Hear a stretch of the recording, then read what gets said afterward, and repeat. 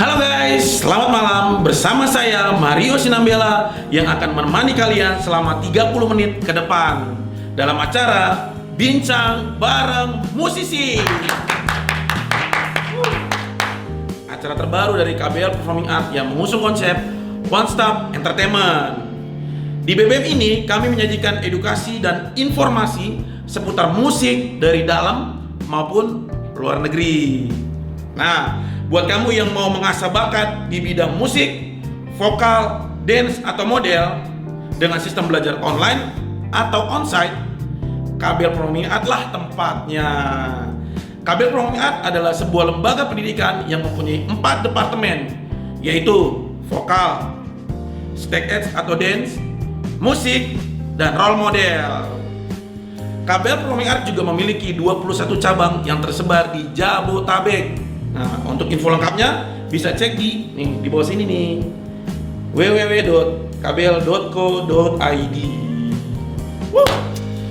Oke, gestar saya untuk episode kali ini agak sedikit berbeda dengan bintang tamu sebelumnya. Beliau ini adalah teman saya, manajer saya dulu, teman nongkrong, ya kan. Beliau adalah seorang manajer musik dari label terbesar di Indonesia, yaitu Sony Music Entertainment Indonesia. Langsung aja saya panggilkan Tian dari Sony Music Entertainment Indonesia. Halo Bang. Halo. Halo Tian, apa kabar Bang? Baik. Gua ngeliat lo duduk nih ya? Duduk dulu Bang, duduk. Ya. Gue lihat lo langsung banyak pertanyaan pengen muncul nih Bang, karena udah lama gak ketemu nih. Pertanyaan apa nih? Pertanyaannya banyak nih. Sebelum kita ngobrol banyak dengan Bang Tian nih, kita akan saksikan yang lewat ini. Jangan kemana-mana, tetap di Bincang Bareng Musisi.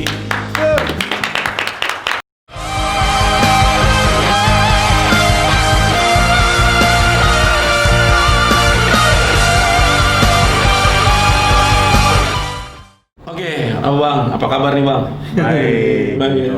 Beneran ya, lagi sibuk apa nih Bang? Lagi sibuk jualan ayam. Jualan ayam. Oh, manajer musik bisa Jualan ayam. Jualan ayam ya. Jualan Lagi ayam, bisnis Mario. kuliner ya Bang ya? Gua lagi bisnis kuliner, lagi mencoba. Mencoba ya. Karena kan di sisi pandemi sekarang seperti ini kita nggak boleh istilahnya diam berdiri tanpa sesuatu yang harus kita kerjakan. Jadi gua lebih kreatif aja. Jangan di luar gitu. sisi entertainment gue punya sisi entertainment punya sisi kuliner. Jadi gue harus tetap Apa manajer musik mengarah ke sana semua Bang? Enggak juga ya? Bisa jadi. Bisa jadi karena ada beberapa manajer lain juga, teman-teman manajer artis juga yang lain ada usaha baik itu kuliner, makanan, minuman ada juga. Oh gitu. Nah, buat teman-teman nih, Bang Tian ini dia itu tahu dong lagu Dari Matamu. Nah, tahu kan? Itu bukan itu. Itu dari lagu dari Jazz. Nah, Bang Tian ini dia ini manajer dari Jazz ya Bang ya? Iya. Iya, manajer dari Jazz dan juga beberapa penyanyi lain seperti Fade to Black, Good Morning Everyone, Yefta dan Teman Tidur dan masih banyak lagi deh di Sony Music. Nah, tepuk tangan dulu dong. Yeay. Luar biasa. Bang, gimana rasanya memanajeri artis Bang? Seperti Jazz, Fade to Black atau yang lainnya Bang? Manajer artis. Enak ya? Enaknya gimana Bang? Enaknya ada, nggak enaknya ada. Enaknya apa itu? Enaknya jalan-jalan terus. Oh, jalan-jalan terus ya. Berarti Apalagi kalau artis udah keliling Indonesia, luar negeri juga iya, ya? kan pernah sama lo. Oke. Jadi ya enaknya adalah kita bisa mengeksplor lebih jauh lagi ujung ke ujungnya Indonesia ataupun bisa kita keluar negeri juga event-event di luar gitu. Waktu lu luar negeri di mana Bang? Sempet lu kunjungin?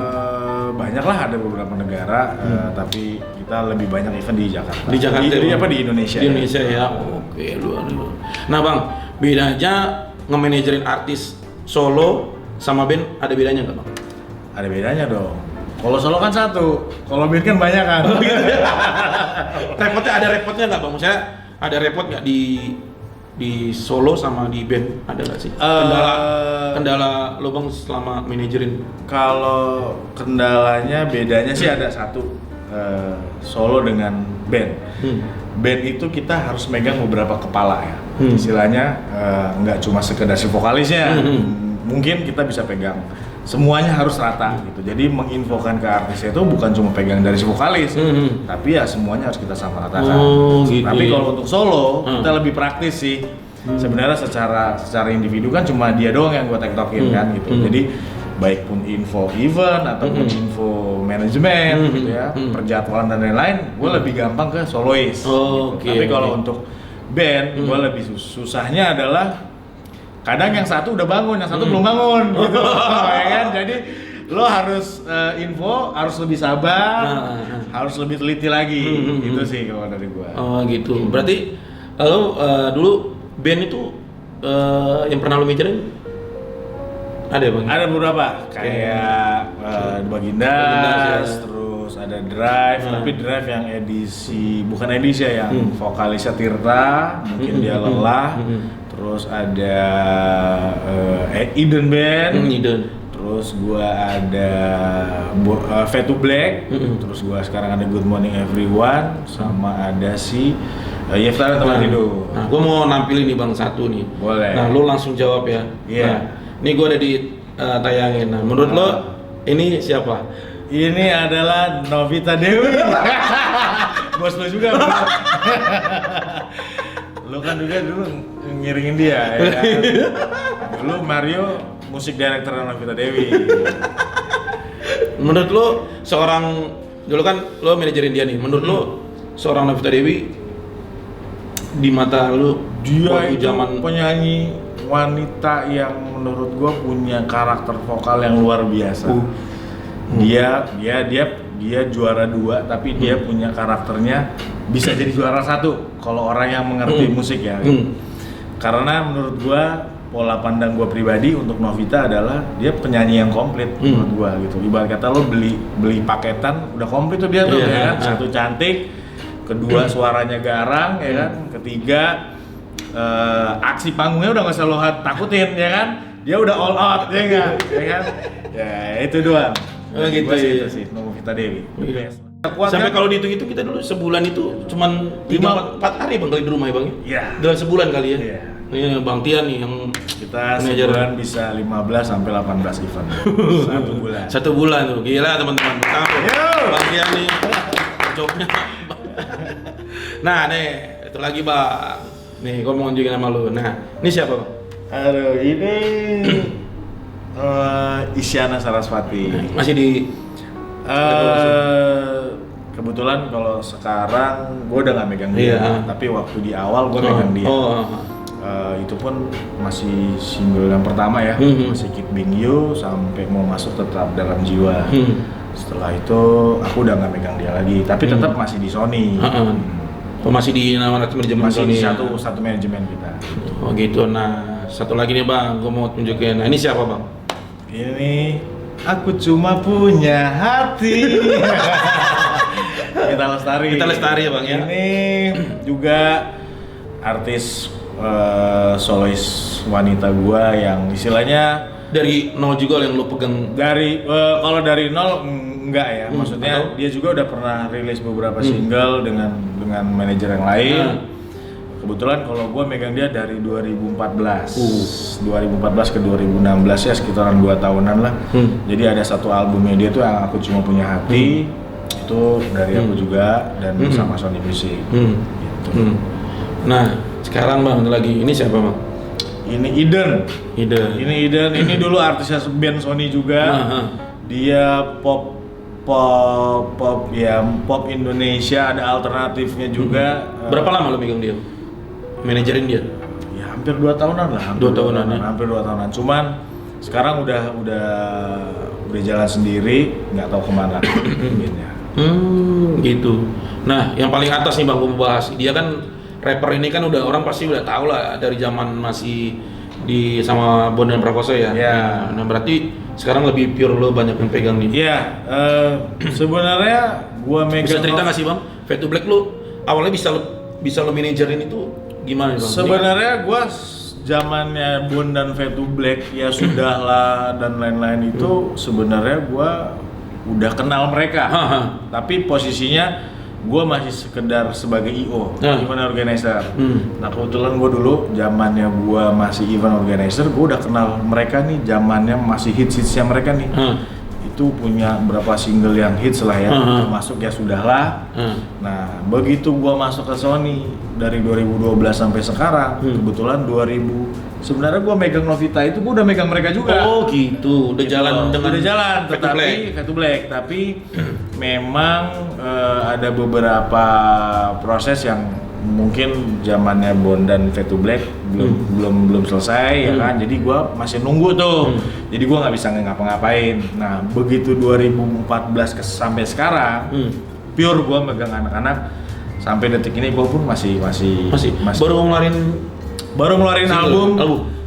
Tabik itu di 2 tahun yang lalu kayaknya. Tahun yang lalu. Tapi kemarin gue liat di postingan lo sempet habis launching ya, lo bilang kemarin sebenarnya bukan launching. Jadi kemarin itu ada format 3 band gue bikin satu event di jamming session di tengah pandemik, Fade to Black, Good Morning Everyone sama Yefta dan Teman Tidur di Bogor. Itu di base campnya mereka. Mereka tuh band paling komplit menurut gue. Mereka punya clothingan. Mereka artis itu di Sony semua. Di Sony semua. Jadi gue bikin konsep sendiri, gue bikinin konsep sendiri sama tim dari Sony Music. Jadi gue bikin konsep, gue bikin jamming session di Bogor, tapi streaming ya. Streaming ya kita cuma undang kali cuma sekitaran 30-40 orangan doang yang nonton, itu pun dibagi fansnya masing-masing. Terus itu di base campnya mereka, di base campnya Fade to Black, dan sukses, acara sukses banget, acara sukses. Dan ya sebenarnya nggak komplit karena si Tito nggak ada. Tito kan lagi di Bandung karena Tito pure. Tapi masih di Fade to Black. Masih Fade to Black, cuman memang acara kemarin si Tito nggak ada gitu. Jadi boleh dong bang, gue undang ke sini bang. Boleh dong. Itu paling seru men. Iya. Lo suruh nge-rap di sini. Teman-teman tuh nanti Fade to Black saya coba. Gua bawa ke sini nanti. Good Morning juga gua bawa ke sini, Yefta gua bawa ke sini. Bawa semuanya. Gua bawa ke sini nanti ya. Oke, kita lihat dulu bang. Itu Yefta bang ya? Ya, Yefta dan Teman Tidur. Baru bawa itu Good Morning Everyone. Paling yang gede sendiri ini bang.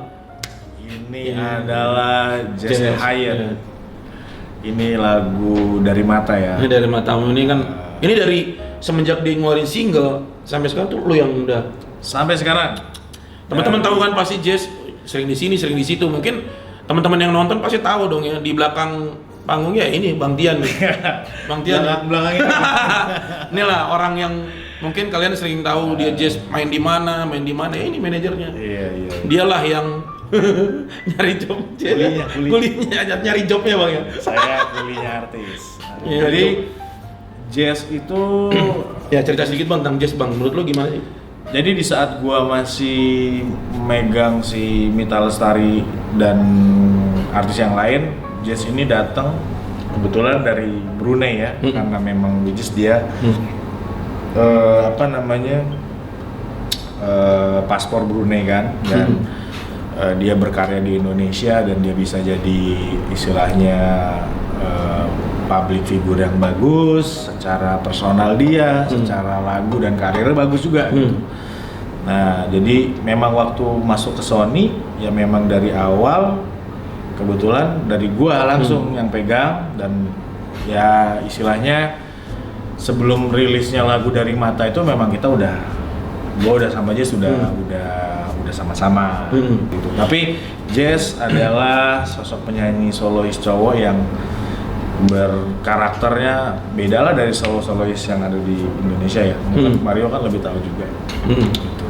Nah, gue mau nanya nih bang, kalau di band itu kan ada head manager, road manager, nggak band juga kali bang ya, mungkin di Solo juga ya bang ya, road manager, stage manager, terus crew equipment, sound engineer, dan dokumentasi. Apa itu semua termasuk dalam manajemen artis bang? Sebenarnya ini masuknya produksi sih. Produksi ya? Produksi, ya sebenarnya ini adalah mungkin kan biar teman-teman kan tahu nih, oh gua ininya nih set manajernya artis A, oh gua tuh road manajernya si B gitu. Nah itu termasuk di manajemen atau kan gimana bang? Kalau ini sih sebenarnya lebih ke freelance ya. Jadi mereka ini sebagai partner tim di state aja sih sebenarnya. Jadi nggak masuk ke dalam manajemen Sony Music, enggak. Gitu. Jadi mereka ini adalah ya ini tim yang ada di tiap artis pasti punya tim ini. Head manager itu ya head manager sebenarnya ada di kita ya, di gua gitu. Tapi kalau kayak roadman itu kan lebih ke roadman ya, dia lebih manajer untuk di lapangan, stage manager untuk di atas panggung. Crew equipment itu adalah ya sebagai kru lah ya, gitu yang membantu tim-tim musisi di atas panggung, sama sound engineer ya untuk sound system ya. Intinya produksi lah bang ya. Produksi. Ini nggak masuk ke dalam label, tapi secara kerjasama kita ada kerjasama. Ada kerjasama ya. Tapi dia tidak di dalam Sony Music. Gitu tuh. Nah sekarang gue mau nanya bang, suka duka menjadi manajer artis. Nah lo boleh cerita nggak? Suka duka lo menjadi menjadi artis kan lo udah berapa tahunan bikin artis kan? Ya gue sebenarnya tahu gue. Gue sebenarnya tahu loh. Gue tahu sebenarnya. Sebenarnya tahu dan lo sebenarnya udah curhat dulu kita kan ya. Sekamar kan kita sering sekamar tuh berapa tahun ya? 2013, 14, 15 lo ya. 3 tahun gue sekamar sama Mario. Enggak loh. Tapi suka dukanya begini aja. Suka dukanya. Mungkin kalau sukanya yang gue bilang tadi ya, di awal sukanya tuh ya kita bisa explore jalan-jalan, bisa sambil kerja sambil jalan-jalan ya kan. Yang ada kayak gitu cuma manajer artis loh. Kalau manajer perusahaan nggak ada kayak gitu. Tapi kalau manajer artis itu ada loh, kita bisa kuliner, explore tempat wisata, ya kan? Jadi terus gratong lagi Jo, ya nggak? Gratong loh. Lo pesawat naik Garuda, nggak apa ya. Pesawat lo dibayarin, hotel bintang 4, bintang 5, ya kan? Makan tinggal pesen ya nggak gitu. Sebenarnya tuh orang kerja di entertain sama artis itu, apalagi penyanyi itu udah enak hidupnya. Gitu loh ya kan, jadi jangan dibikin susah, ya enggak. Nah, dukanya, ya kadang ada artis yang gampang kita manage, ada artis yang agak susah kita manage. Itu aja sih. Jadi kadang gue juga nggak mau egois ya, kadang gue juga menemukan hal-hal seperti itu dengan artis, debat masalah manajemen dan ataupun debat masalah pekerjaan itu sudah biasa sebenarnya. Setiap pekerjaan pasti kan ada resikonya Mario, ya kan? Gitu. Jadi nggak mungkin cuma seneng-seneng. Jadi menurut gua fun aja sih. Kalau gua karakter suka memegang artis yang ribet deh, artis yang ribet aja deh gitu loh ya. Jadi gua ada adrenalinnya, jadi bekerja kita. Kalau artisnya gampang-gampang kan enak banget ya kita ya kan gitu. Jadi Mario jangan senyum-senyum, jadi Mario tahu sebenarnya. Gue mau nanya nih. Kalau manajer artis baru itu, kan ada artis baru nih kalau di promosi Mang. Itu artisnya yang milih atau label dari labelnya yang milih? Maksudnya gimana? Yang sounding. Jadi kalau ada artis baru nih masuk Sony, itu dari artis sendiri yang memilih. Aku pengen manajerin sama dia. Atau dari artis yang milih atau dari labelnya, Bang? Oke, itu berarti personal manager ya. Ya, kalau kayak begitu sih sebenarnya tergantung balik lagi ke SOP masing-masing label ya atau soalnya yang gue baca kan suka kadang-kadang di salah satu sosial media artis kan ada dua nih. Ada artis manajernya si A, tiba-tiba di bawahnya tuh ada label dari artis manajer dari label tersebut gitu loh. Menurut itu siapa sih Bang sebenarnya yang milih kalau kayak gitu? Sebenarnya kalau personal manager itu lebih ke si personal artisnya.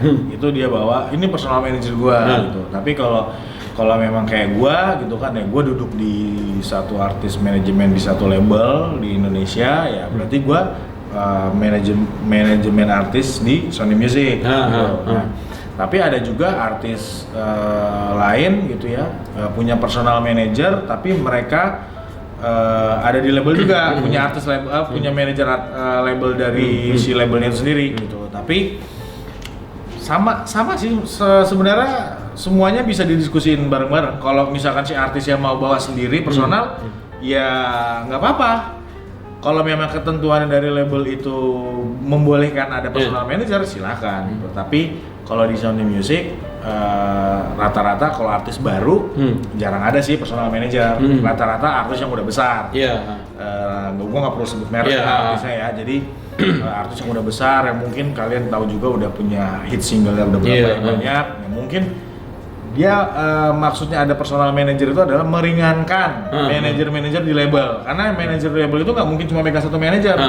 Nggak megang cuma satu artis. Kayak gua nggak megang cuma Jazz, gua ada 4 artis kan, gitu. Nah, kebetulan gua juga memperbantukan tenaga gua ke artis yang lain juga gitu, kayak yang nggak ada di gua gitu kan.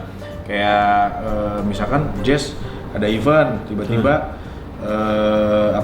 artis yang lain di luar Jazz, misalkan Cinta Laura gitu ya, dia ada event juga. Gue diperbantukan ke Cinta Laura, nggak apa-apa, karena masih satu manajemen, gitu. Tapi kalau misalkan lo bertanya itu dari siapa kebijakannya? Kalau personal manager itu kebijakan dari artisnya. Tapi kalau dari personal PIC label itu dari labelnya, gitu. Nah, gue nanya nih Bang, kalau job desk lo sendiri sebagai manajemen artis itu apa sih? Gua adalah kulinya artis. Job desk lo maksudnya? Job desk gua. Ada orang nanya apa sih job desknya seorang manajer artis itu sih? Ini juga ada istilah-istilah begitu juga nih, banyak nih beredar nih. Bukan banyak beredar ya.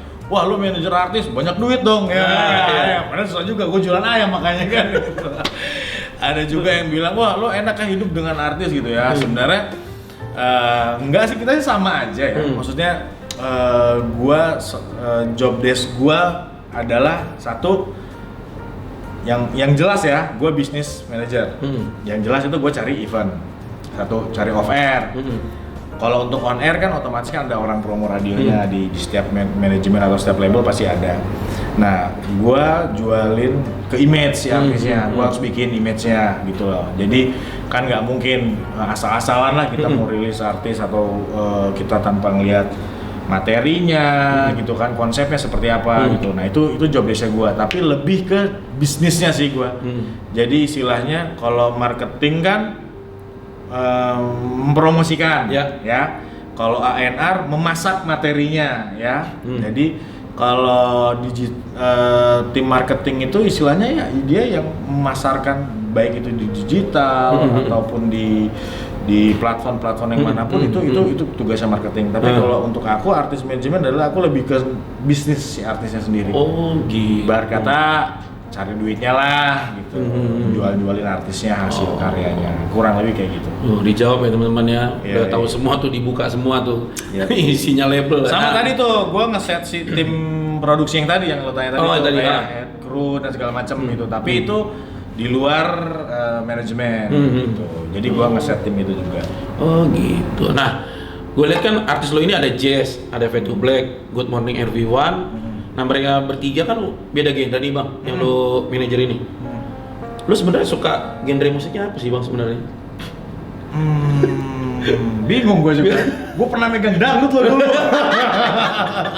Serius, gue pernah megang dangdut dulu. Jadi kalau Jazz, Fade to Black, Good Morning Everyone dan Yefta sih kalau kata gue Jazz pop solois R&B ya. Lebih ke sana. Fade to Black rap. Ya. Dia rap banget, dia nge-rap banget. Terus Good Morning Everyone pop 90s ya. Lu zamannya Sheila on Seven lo pernah denger kan ya? Kalau lo belum pada tahu Good Morning Everyone, ya lo coba klik deh di YouTube-nya dia tuh ya kan. Pasti lo pikir itu penyanyi itu Sheila kali ya gitu.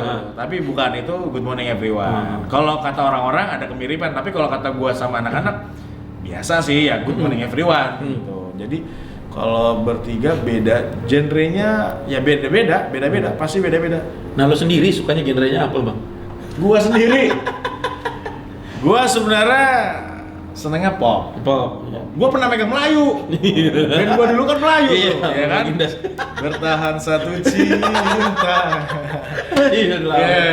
Dulu gua Melayu. Juga dulu sempat ya satu manajemen, tapi pure gua megangnya Baginda.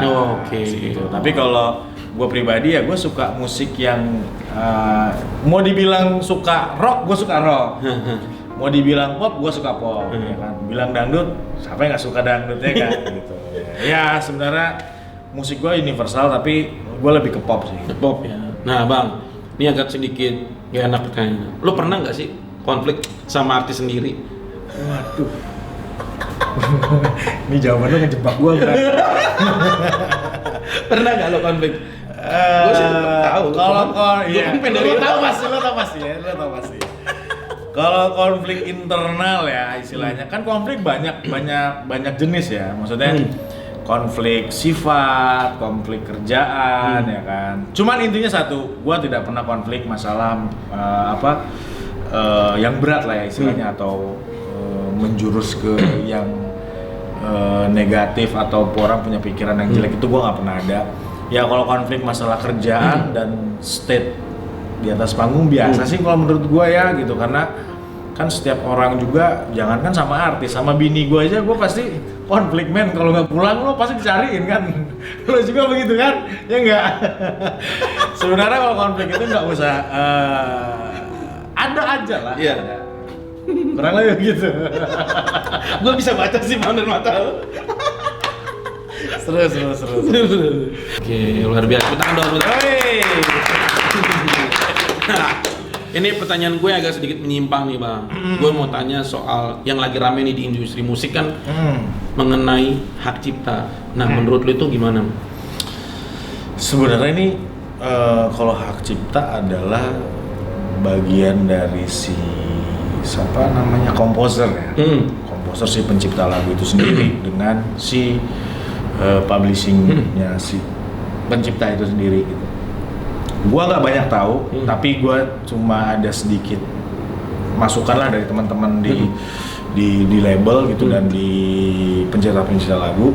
Sebenarnya adalah kenapa sekarang sebenarnya sih bukan viral ya, sebenarnya berita ini sih sebenarnya ya ibarat kata gini deh, lo punya lagu gitu kan, lo punya lagu di cover sama orang. Kalau orang ini main asal cover dan dimonetize sendiri tanpa seizin lo ataupun publishing lo, pasti lo nggak terima kan gitu. Nah sebaliknya, kalau memang itu lagu di cover sama orang lain dan tidak dimonetize tapi nama lo dibawa-bawa, sebenarnya kan bagus juga. Ya kan sebenarnya sesama musisi saling mengisi kan gitu. Tapi balik lagi sih ke masing-masing. Kalau gue pribadi ngelihat dari segi ini adalah semua punya tanggung jawab masing-masing gitu. Kalau gua terus terang kalau masalah ini gua nggak tahu terlalu banyak gitu. Tapi yang gua tahu adalah ya memang publishing ini adalah rumahnya para komposer, para pencipta lagu. Ya sekarang kalau emang lu pakai lagunya orang dan lu harus wajib ngomong, lu harus minta izin ke yang bersangkutan gitu. Itu aja sih. Lebih jalurnya ke sana. Nah, pendapat lu nih Bang dari pandangan publisher. Karena kan lo kan banyak kerjasama dengan pihak label musik juga nih. Pendapat lo tuh gimana tentang publisher ini? publisher ini kan wadah ya, maksud gua dia kan cuma para komposer. Ya pendapat gue bagus sih adanya. Ya memang semua penyanyi memang harus ada publisher, memang hak ciptanya harus didaftarkan. Menurut gue itu bagus banget, banget, dan itu sangat mendukung para komposer ya. Setidaknya yang gue bilang tadi, jadi orang nggak seenaknya mau pakai karya orang gitu loh, dan karya orang itu kan tidak bisa dipindah tangan kan, ya kan? Tapi dikelola bisa, ya kan? Nah ini kadang orang itu salah mengartikan, dikelola ya dipindah tangan kan gitu loh. Jadi menurut gua publisher bagus, memang harus ada setiap penyanyi, setiap komposer yang punya karya harus didaftarkan. Sebenarnya begitu. Nah, kalau ada cover lagu nih, Bang. Kita harus minta izin ke label musik atau pencipta, Bang. Sempat waktu itu gua tanya ke lu juga, Bang. Iya. Itu kalau kita mau cover lagu nih atau kita membuat satu acara, itu kita harus izin ke, ini kan banyak yang nanya nih, pasti kan ada bingung, kita mau ke pencipta atau ke labelnya ya? Yang sempat buat itu tanya mulu. Nah itu sebenarnya kita ngomongin ke siapa ya Bang ya? Kalau misalnya izinnya? Sebenarnya itu izinnya adalah kita lihat dulu kan, biasanya kalau di YouTube itu kan ada description-nya kan di bawah tuh ya kan. Lagu ini publishing ini gitu kan, di bawahnya tuh ada tuh B and Health-nya kan, di bawah tuh ada tulisan di bawah, bisa lihat di description-nya. Itu bisa lihat di situ. Ada labelnya situ, misalkan siapa, Sony Music, ya kan. Nah, nanti lo coba telepon dulu ke labelnya. Kira-kira dari label ini akan dikasih keterangan nanti ke siapa, publishingnya kemana gitu. Misalkan publishingnya ke si A misalkan. Ya udah kita dihubungin ke sana gitu. Atau mau simpelnya adalah ya udah kita urusannya dengan Sony gitu. Itu bisa juga seperti itu gitu. Atau dengan si label itu misalkan. Itu bisa juga gitu. Tapi setidaknya ada itikat baik, melapor lah ke, ya kalau memang lo lihat di situ ada si Sony-nya ya ke Sony-nya gitu kan. Tapi kan rata-rata sekarang ada description-nya di bawah, itu pasti ada description-nya, dan kita bisa lihat di situ itu lagu penciptanya siapa, komposernya siapa, di situ bisa kelihatan. Dan itu berarti kita bisa, kalau kita nggak tahu pencipta, kita bisa langsung ke labelnya dong. Bisa. Dan waktu itu sempat lo bilang rate-nya beda-beda ya Bang? Ada beda-beda. Jadi nggak semua publishing sama ya. Ya tergantung tergantung si publishing itu masing-masing nggak tahu, dan si pencipta itu merupiahkannya berapa. Gua nggak tahu nominalnya. Kayak yang gue bilang tadi, gua nggak tahu itu divisinya beda. Divisinya, dan gua nggak pernah menginjak ke ranah publishing.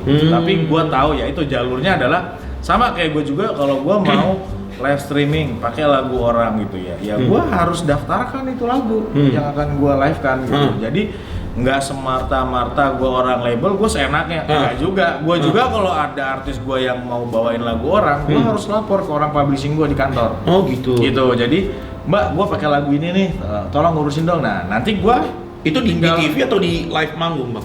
Di live YouTube biasanya, live streaming ya. Kalau di TV gue nggak tahu deh peraturan TV gue nggak tahu. Gue nggak pernah. Berarti live streaming YouTube lah ya Bang? Ya rata-rata live streaming di platform ya. Iya, platform digital yang digital ya. Kurang lebih seperti itu. Jadi kalau gue pribadi mau event atau mau live streaming atau mau ada VOD, gue ngomong, oh ini lagu ini yang akan gue nyanyikan dengan si artis A gitu misalkan.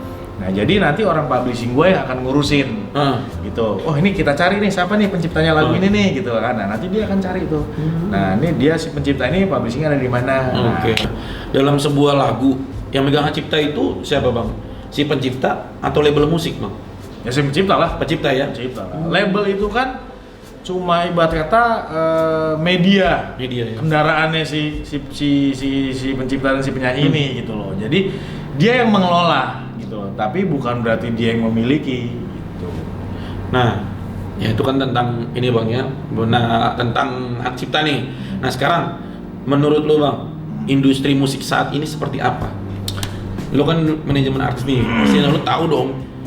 Dan lo pasti pernah meeting dengan petinggi Sony ataupun dengan divisinya. Menurut lo, industri musik saat ini bagaimana sih? Kacamata label? Industri musik saat ini menurut gua ya di saat ini atau di saat pandemik saat ini ya. Kalau di saat ini sebelum pandemik ya menurut gua ya tadi beberapa beberapa genre hidup bersamaan.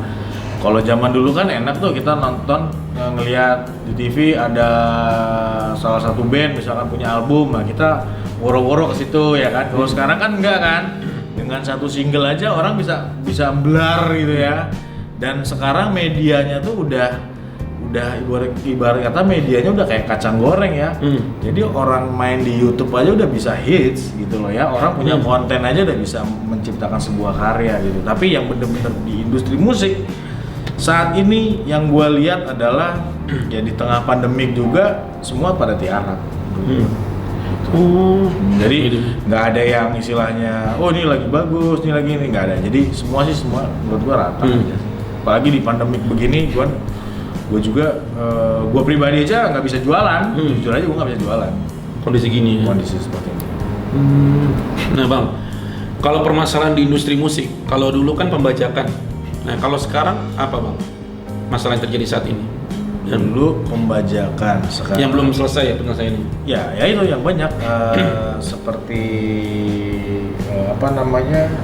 orang mengcover gitu kan. Jadi sebenarnya kayak orang musisi-musisi kafe gitu ya, misalkan dia mau bawain lagu orang gitu. Sebenarnya bukan si musisinya ini yang harus melapor, tapi si kafenya ini, si tempat penyelenggara ini yang harus izin gitu loh. Ini lagunya apa-apa gitu loh. Jadi tidak menyalahkan si musisinya. Sebenarnya si musisinya mah fun aja kan, dia datang ke situ dibayar, benar kan, untuk menghibur ya kan. Nah, yang harus bertanggung jawab atau merealisasikan lagu yang akan di cover lagu-lagu di musik di kafe itu ya si punya tempat gitu. Nah si kafe itulah harus melaporkan segala bentuk cover lagu si home band itu cover gitu. Sama di YouTube juga seperti itu. Jadi kalau semisalkan lu cover nih, lu cover lagunya Noah ya kan, misalkan lu nggak ngomong gitu kan, lu nggak ngomong terus lu monetize, ya pasti di take down dong. Nah, zaman sekarang kan udah canggih. Lo cover, lo monetize tapi lo nggak ada perizinan, lo pasti di take down. Pasti lo di banned kan. Itu turun tuh dari YouTube kan, ditutup kan gitu. Jadi sebenarnya sih sekarang lebih teratur ya. Dari zaman dulu kan, kalau dulu kan zaman CD itu lo pergi ke kota aja banyak banget tuh yang CD. Jangan video musik ya, nggak video yang aneh-aneh ada gitu kan. Gitu aja dibajak gitu ya kan gitu. Kalau itu sih ya untuk saat ini sih udah nggak ada, dan memang store-nya juga udah nggak ada. Sekarang lo ke dalam mobil aja nyetel musik, kalau nggak USB, Bluetooth bener-bener. Ya kan? Karena store-nya udah nggak ada gitu loh. Kalau zaman dulu kan memang store-nya banyak lah ya, di mall-mall banyak toko kaset dan lain-lain gitu, dan di emperan-emperan. Jadi malah ada zaman dulu tuh sebelum rilis itu lagu udah ada di daerah kota tuh banyak. Banyak tuh, jadi udah dibikin MP3 macam-macam gitu kan, itu udah banyak. Nah, tapi kalau sekarang kan udah nggak ada gitu. Jadi kalau menurut gue sekarang lebih tertata ya, lebih tertata, lebih baik, dan ya so far bagus lah untuk industrinya juga. Oke. Nah bang, saat ini kan adalah era digital dan industri musik kita kan juga kena imbasnya nih bang. Nah, menurut lo bang, bagaimana masa depan industri musik kita dalam era digital saat ini? Sebenarnya nih gua nggak ngerti masalah digital, karena gua bukan orang digital gitu, dan tapi gua sedikit tahu aja, sedikit tahu. Kalau era digital ini sebenarnya bagus lah ya, bagus. Plus minusnya ada juga, gitu. Tapi secara marketing dan pasar, karena gua bukan orang event, gua bukan orang digital, gua nggak terlalu banyak tahu Mari. Tapi kalau untuk lo tanya bang, offer berapa bang sebulan gitu, nah itu gua tahu. Harga-harganya gua tahu gitu. Tapi kalau untuk kayak gini gua untuk musik saat ini ya, apalagi platform kan banyak juga. Iya betul. Gua salah satu pelanggan platform lah. Jadi gua kalau mau ngeliat rilisan teman-teman artis yang lain ya gua harus lihatnya dari platform situ gitu. Jadi medianya yang dulu kita harus berbondong-bondong ke toko musik, harus cari CD ya kan, atau dengerin radio minimal gitu. Kalau sekarang kan nggak, udah lo tinggal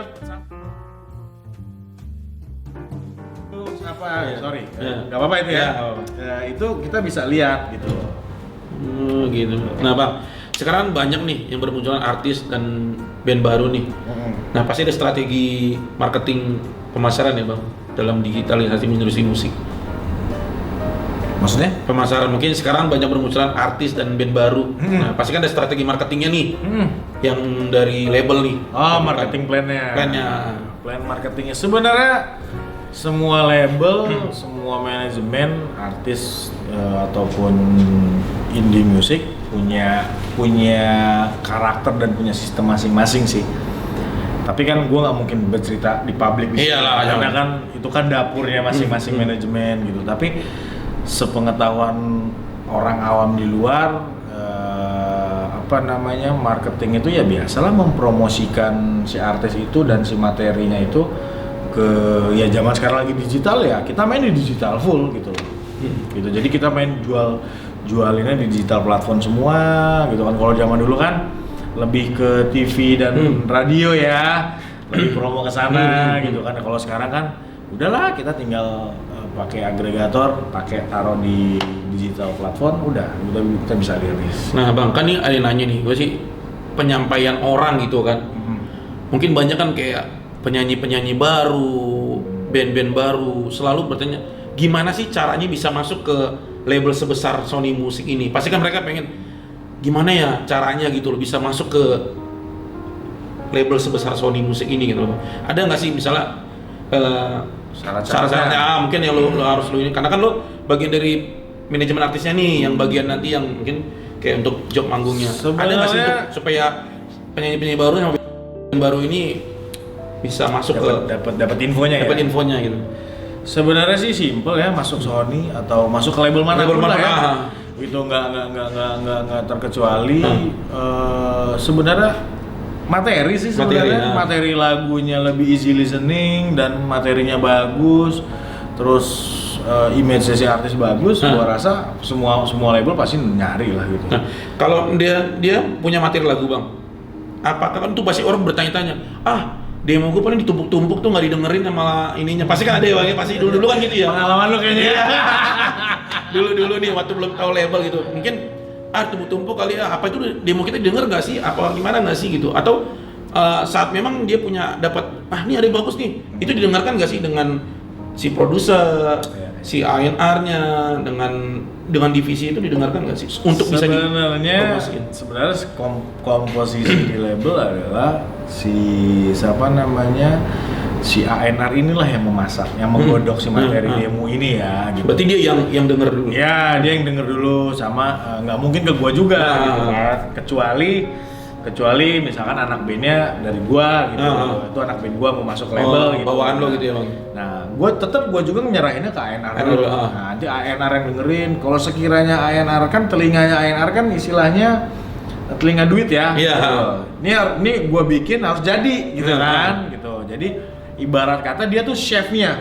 Kalau lo masuk rumah makan, ya lo ketemu A&R tuh ya itu chefnya. Dia yang masak si materinya ya kan. Nanti begitu dia udah selesai masak, dia kasih ke marketing. Nah itu marketing lah yang menjalankan. Nah kalau kriterianya ya yang gue bilang tadi, materi bagus, terus image ya si talentnya bagus, ya itu aja sih. Dua itu poin penting.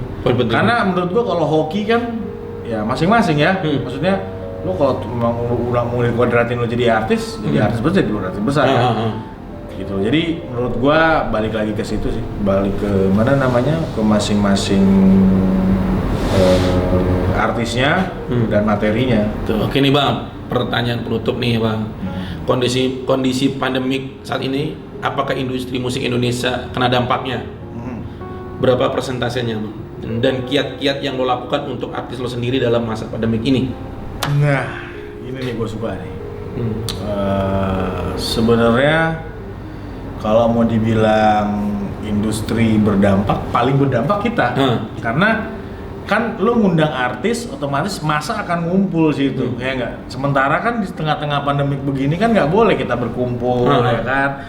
Duduk aja kita berjarak ini, ya nggak? Karena badan kita gede aja, jadi deketin aja gitu ya. Jadi sebenarnya kalau gue pribadi, ini yang harus kita lebih kreatif lagi gitu. Jadi yang tadinya gue cuma event ya gue harus kreatif lagi, gue harus main, ya gue harus mencoba untuk main dari digital, gue harus belajar gitu kan, dan gue harus cari tahu seperti apa gitu kan. Jadi konsep-konsepnya yang tadinya cuma live perform off air, ya kita jadinya on air, jadi online semua. Mau nggak mau kita harus lebih kreatif lagi, kita harus memikirkan konsep dan strategi yang bagus untuk meng-create para klien-klien untuk tetap bikin acara konser musik ya, kayak macam drive silent gitu kan, yang istilahnya nonton dari dalam mobil gitu loh. Terus ini ada yang di skat jadi dibikin booth gitu, satu booth itu bisa cuma 2 orang gitu, tapi ada beberapa booth gitu kan.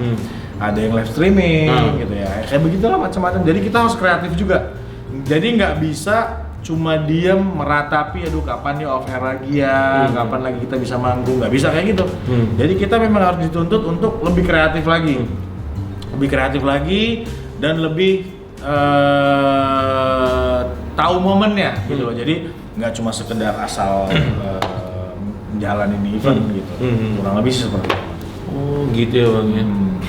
Oke, berarti kalau presentasinya jeblok ya beda lah ya. Kayak lo bilang kan, dulu sama Novita bisa 15-18 kali sebulan ya kan. Ini satu aja susahnya minta ampun ya kan gitu loh. Jadi benar-benar mau dibilang presentasi, nggak ada presentasinya Mario. Ampun. Jadi gue juga, tapi ada hikmahnya lah ya. Kalau gue pribadi kan, gue ngambil semua ini ada hikmahnya, karena nggak semua orang bisa menjalankan hal seperti ini. Nggak semua orang bisa berpikir hal yang sama seperti gua gitu. Kalau gua kan ya istilahnya ya udahlah, lagi nggak bisa jualan artis di masa pandemik, ya gua mencari ilmu dulu, ya kan, cari ilmu dulu. Nggak mungkin gua langsung terjun ke situ, terjun bebas yang ada, ya kan. Cari ilmu dulu, belajar dari para senior gua, istilahnya mencari pengalaman di dunia digital lebih dan streaming seperti apa. Nah Bang, kan ada artis nih, gue tadi kan sempat kita diskusi nih masalah artis ya Bang ya. Mungkin yang lo bilang nih, wah gue udah jadi artis nih, gimana sih untuk bisa bertahan gitu loh, supaya dia bisa bertahan konsisten kan, sebetulnya atau harus menjaga attitude-nya kah, atau kayak yang lo bilang tadi harus ya mungkin nurut dengan manajernya lah atau gimana gitu. Mungkin ada nggak sih Bang masukan lo nih, terakhir ini masukan lo untuk artis-artis yang mungkin yang nonton saat ini yang baru gitu, tentang baru launching ataupun apa, ada nggak sih? Kalau konsisten harus ya, karena setiap talent atau setiap artis yang mempunyai karya dia harus konsisten. Karena apa? Ya dia cari uangnya di situ, dia cari sesuatunya di situ. Kalau dia cuma ya udahlah satu single udah puas gitu kan. Bukan sih, sebenarnya bukan takut sama manajer atau labelnya, tapi lebih takut diri dia sendiri aja. Dia bisa konsisten nggak tuh untuk karyanya dia gitu. Kadang kan ada artis yang udah puas deh dengan satu single gitu kan, terus dia udah ngerasa diri dia udah hebat gitu ya kan.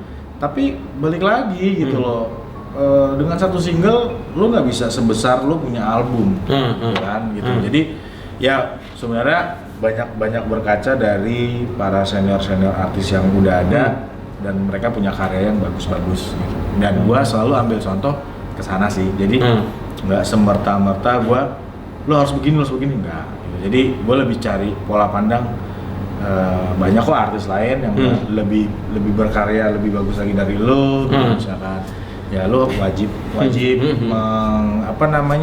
mencontoh dari mereka gitu. Jadi ya kalau menurut gua, kalau sampai saat ini artis ada yang harus konsisten dan nggak konsisten, balik ke masing-masing. Attitude juga ya Bang. Attitude ya Bang.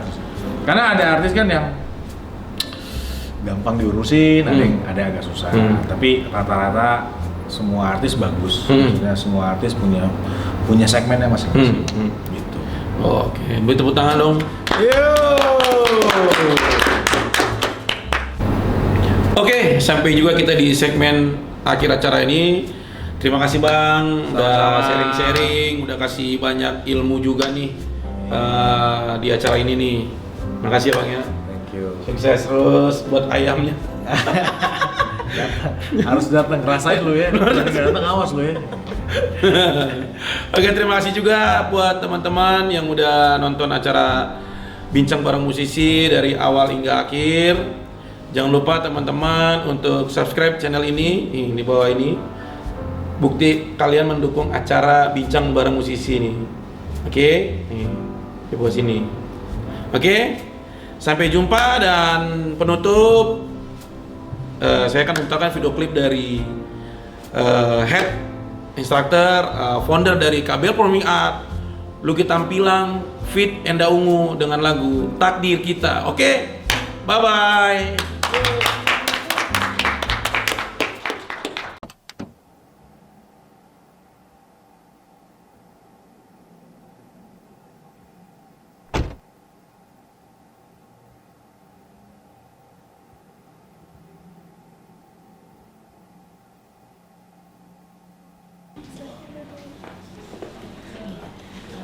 Iya. Terus jam berapa? Sebentar lagi, 10 menit lagi ya. Saya tunggu ya. Iya. Selamat sore Pak Luki.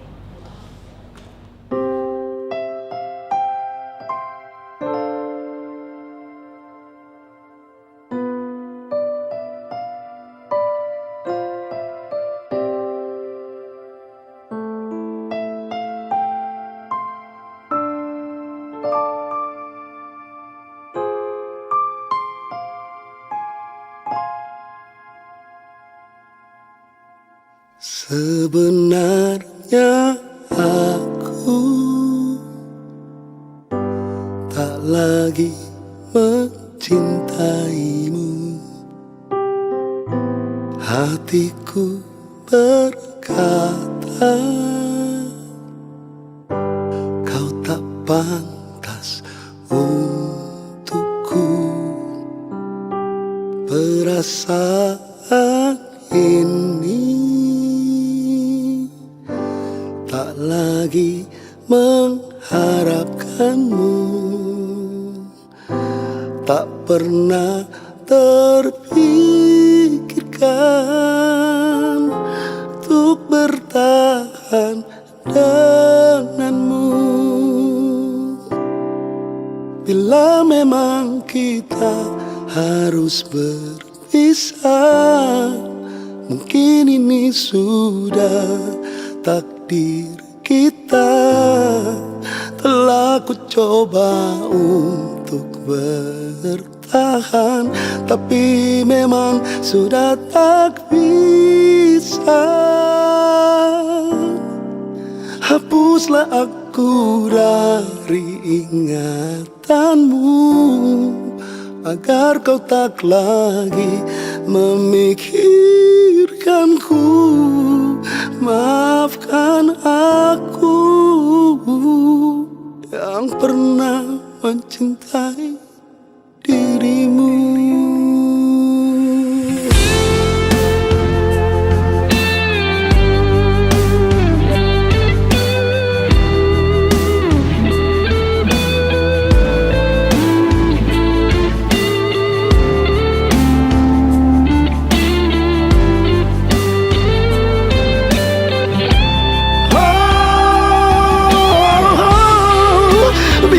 Memang kita harus berpisah, mungkin ini sudah takdir kita. Telah ku coba untuk bertahan, tapi memang sudah tak bisa. Hapuslah aku dari ingatanmu, agar kau tak lagi memikirkanku. Maafkan aku, oh maafkan aku yang pernah mencintai dirimu.